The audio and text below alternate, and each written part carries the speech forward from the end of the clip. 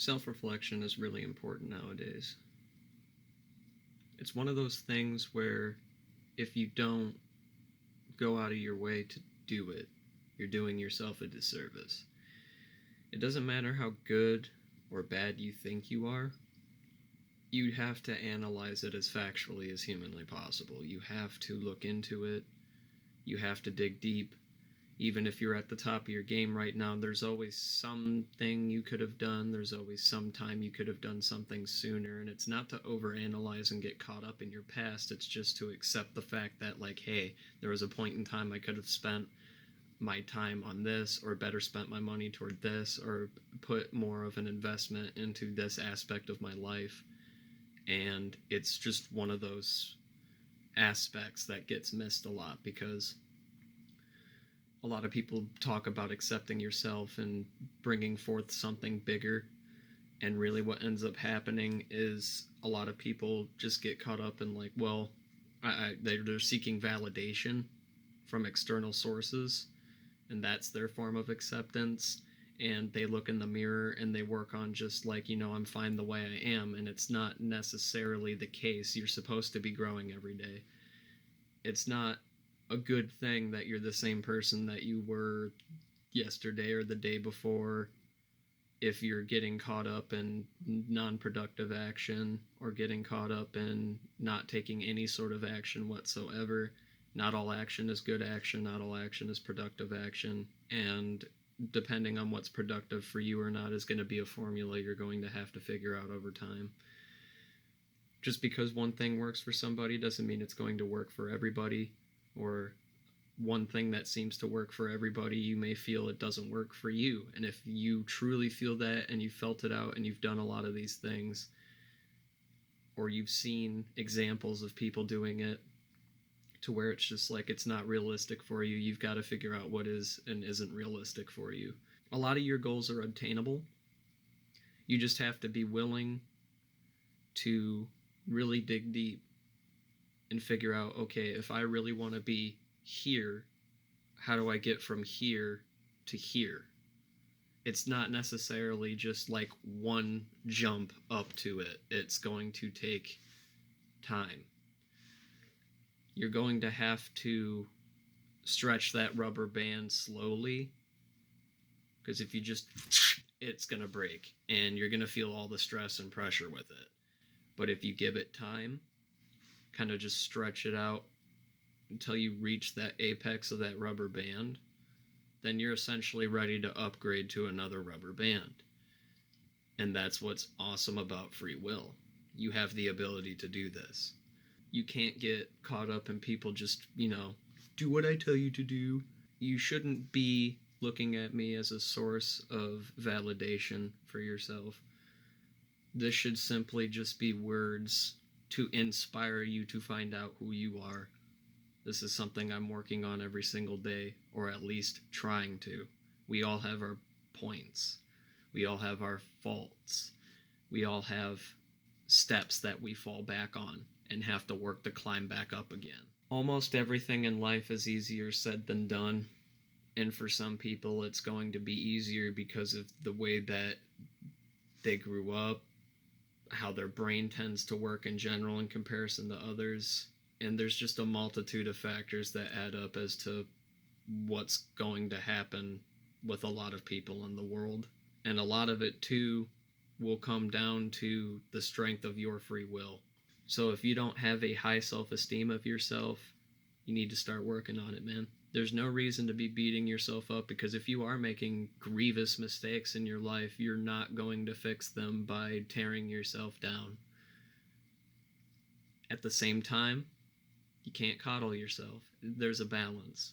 Every once in a while, you have to be willing to look in the mirror and honestly ask yourself, am I happy doing what I'm doing? Am I who I want to be? Am I who I need to be? Because sometimes who we want to be and who we need to be are different things. If you have strong morals and strong ethics about things, and you've got a lot of people around you telling you you're just wrong for this, wrong for that, truly analyze it. Don't just go, man, hold on. Maybe I am just, worthless and whatever. because these people are telling me I am. You also can't let people blow steam up your ass about how good you are, even if you are doing good things, because one way or another you will either fall off or put yourself on a pedestal. You don't want to drop, but you don't want to just rise above and be the superior personality type. That's not going to get you that far. Step out of your comfort zones. Figure out how far you can step out of a comfort zone. You're back here, work on getting up here. But it's not just light speed. You kind of got to imagine it like you're a vehicle. Because you're a vehicle for your soul. You don't get to go at your top speed right off the bat. You're not going to go from 0 to 60 in a few seconds unless you've tuned that engine being your mind, your body, and your soul. You're not going to go from 0 to 100 in just a few more seconds to that without even more work and tune up on yourself. Unlike an actual vehicle, once you get certain work done, it's not just over. There's more tune-up that you can do on a very atomized basis. You can break it down that far, essentially. The mind is pretty capable of bringing a lot into action, but you don't want to get caught up in your mind. I get caught up in my mind with a lot of different things, usually things that are far outside of my control. Usually things that involve world politics, the way the world is, the way people have become, the way people have always been. The more you get caught up in external things and things that are outside of your control, and having to know what's going on every single second of every single day, it's just not going to help you. You have to learn to dip into the pool of knowledge and then bring yourself back. If you just have your head in a book the whole time, yeah, you're going to be learning all sorts of stuff, but then you don't have time to put it into reality. You have to learn to close the book. Got to read for a bit. Got to write for a bit. And then, what do you have to learn how to do? Put your pen away. Knock that down. Close the book.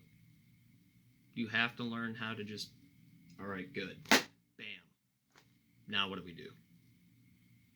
How do we turn this into action? That process is very hard. It's hard to keep it consistent.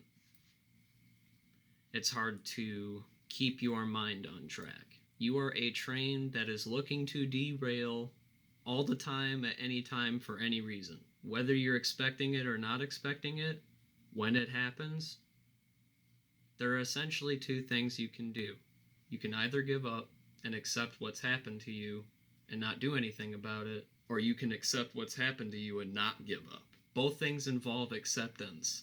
The difference between those acceptances is one version of it, you're accepting things as they are and making that acceptance a part of your entire future, your entire reality, the rest of your time on Earth. Usually these are characteristics that you'll develop these for yourself, to where you go, like, oh, I'm depressed, I have anxiety, I have social anxiety issues, I'm weak, physically, mentally, whatever it be, spiritually.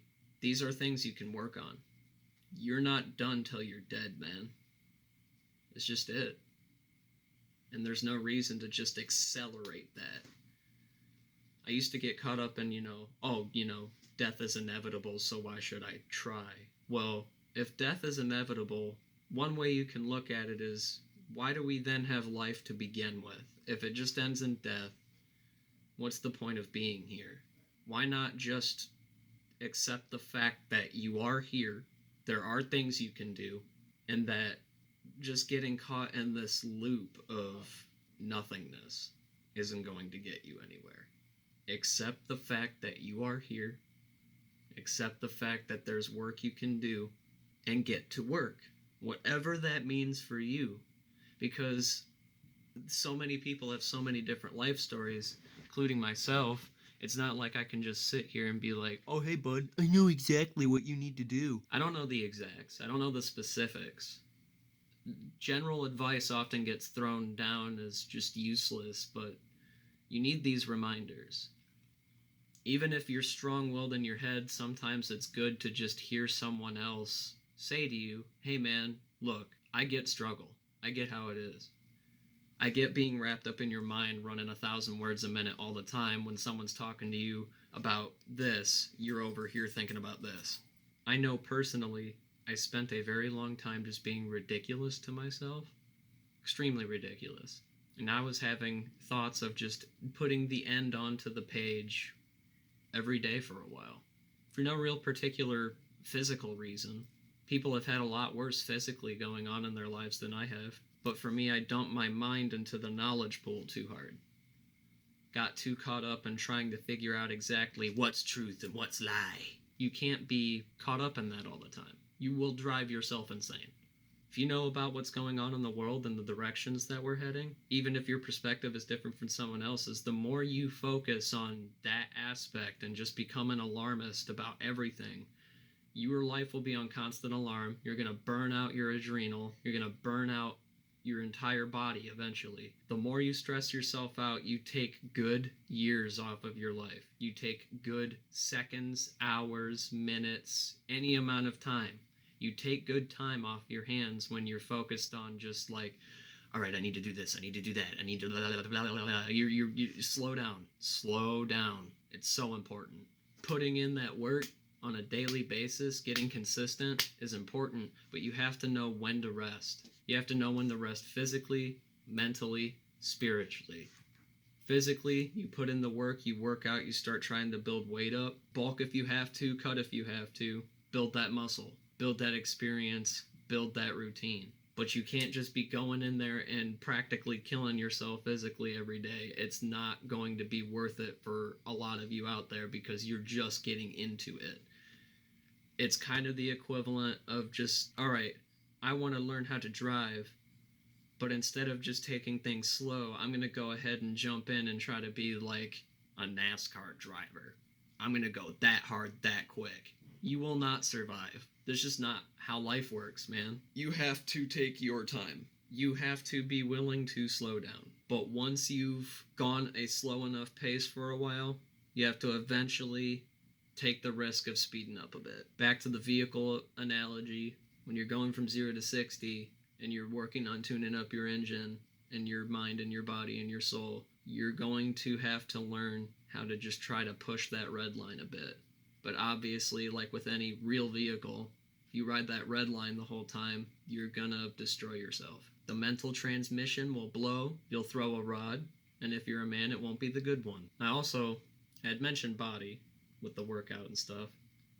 Put in the work, but rest and recovery is ultimately important. Then you have the mind. Learn as much as you can about yourself and about what's going on. Look into as many different resources as possible. Even read the stuff that makes you upset, that you don't agree with, because you have to know what's being talked about, by which groups, by which people, what the general message is, across spectrums.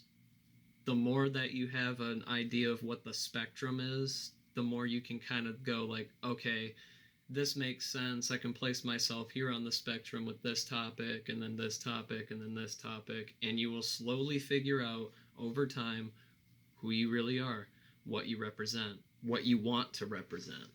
And you don't have to necessarily go around just identifying with everything that you see or a particular group that you're interested in or a person that you're interested in. You need to learn how to self-identify within. You have to learn how to bring balance and consciousness within without being worried about what some other person thinks about you doing that and the routes that you're taking. If you do enough research, you will have the ability to make so many decisions by yourself. There weren't expert this, study that, university this when our ancestors first started walking this earth and getting out of the caves and discovering fire. There was no expert that came down with big old goofy glasses and a PhD and said, this is how you start a fire. This is how you make the wheel. This is how you make the screw. This is how you build a house. This is how you start a civilization. People just did it. We still have the capability of doing that. But you often get caught up in hearing how you have to listen to authority. They have power over you. They have understanding over you. You don't know what you're talking about. And that's all just a ploy to keep you from realizing just how powerful you can be. And the best ways that you can learn to be powerful is by watching other people you believe are powerful mentally. Just watch them lead by example. See if what they say matches up with what they do. And then when it comes to the spirit, meditate, dig into faith, understand the religions, understand why people believe what they believe. It's not that you have to fully take in these ideologies and these different perspectives. You just have to learn what the human condition really is. You have to understand what makes people people on a primal level, because we really haven't changed over the course of time in terms of how we operate as a species. We just have cooler shit to play with now, often even more dangerous shit to play with now. The internet's one of these things. Many weapons of destruction are that are physical weapons of destruction. The internet can be a good nuke and a bad nuke. The first time ever that the word viral was essentially used as good was in the terms of the internet. At least as far as I'm aware. Viral can be bad and viral can be good. Your channel blowing up, going nuclear. We all know what the different versions of that could be. And don't get caught up in all publicity is good publicity, because no, it is not. Yeah, you're known. But then what about your principles? What about your ethics? Can you really call yourself a good human being if you're just doing whatever it takes to be seen? I don't think it matters whether you're seen or not. I think it matters that you put a good ethical effort forth with what you say and what you do. And the reward will be that hopefully the message spreads and you can be seen and understood. But you cannot take that for granted at all. And you also can't just sit there and get upset when it doesn't work your way and people don't see what you're saying or want to see you or want to hear what you have to say.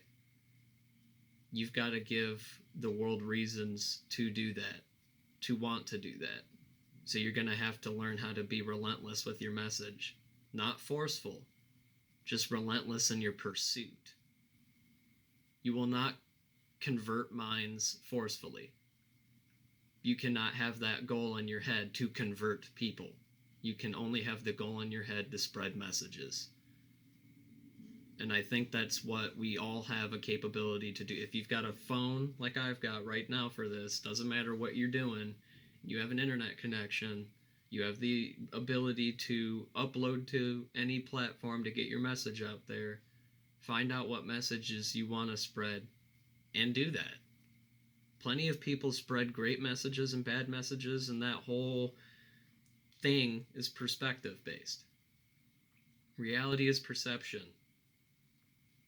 What some people think is objective and others think aren't objective means that objectivity is governed by some form of subjectivity at the end of the day. And I may agree with you on some things being objectively bad, but there are some people that will delude themselves to their negativity to where they don't see it the same way anymore. Someone that just lays in bed and watches videos all day and doesn't do anything with their life may see it as an objective good when they believe that there's no value or worth in living in this world. For pushing hard, for doing anything. Why waste my time? If I'm wasting my time building things up, I could just be wasting my time sitting here doing nothing as well. But that defeatist attitude's just gonna make life worthless. Even just sitting there and meditating all the time. If you don't take action on your meditation, is the meditation really worth it? If it brings you peace, that's one thing, and that's great. But you have to move that forward if you want to move past where you're at. If you just want to maintain an equilibrium that you've established throughout time and you're at a good spot, then that's cool. Just make sure productive action's happening in there to maintain that. I'm not saying we all have to try to be big and try to be this and try to be rich and try to do that. It's literally not physically possible for everybody to do that all at the same time. We're all going to have our different points on the totem pole and the hierarchies and whatnot, and there are people that are going to stamp you down and people that are going to lift you up. We can't all compete to be the exact same person with the exact same followings, reading from the exact same book.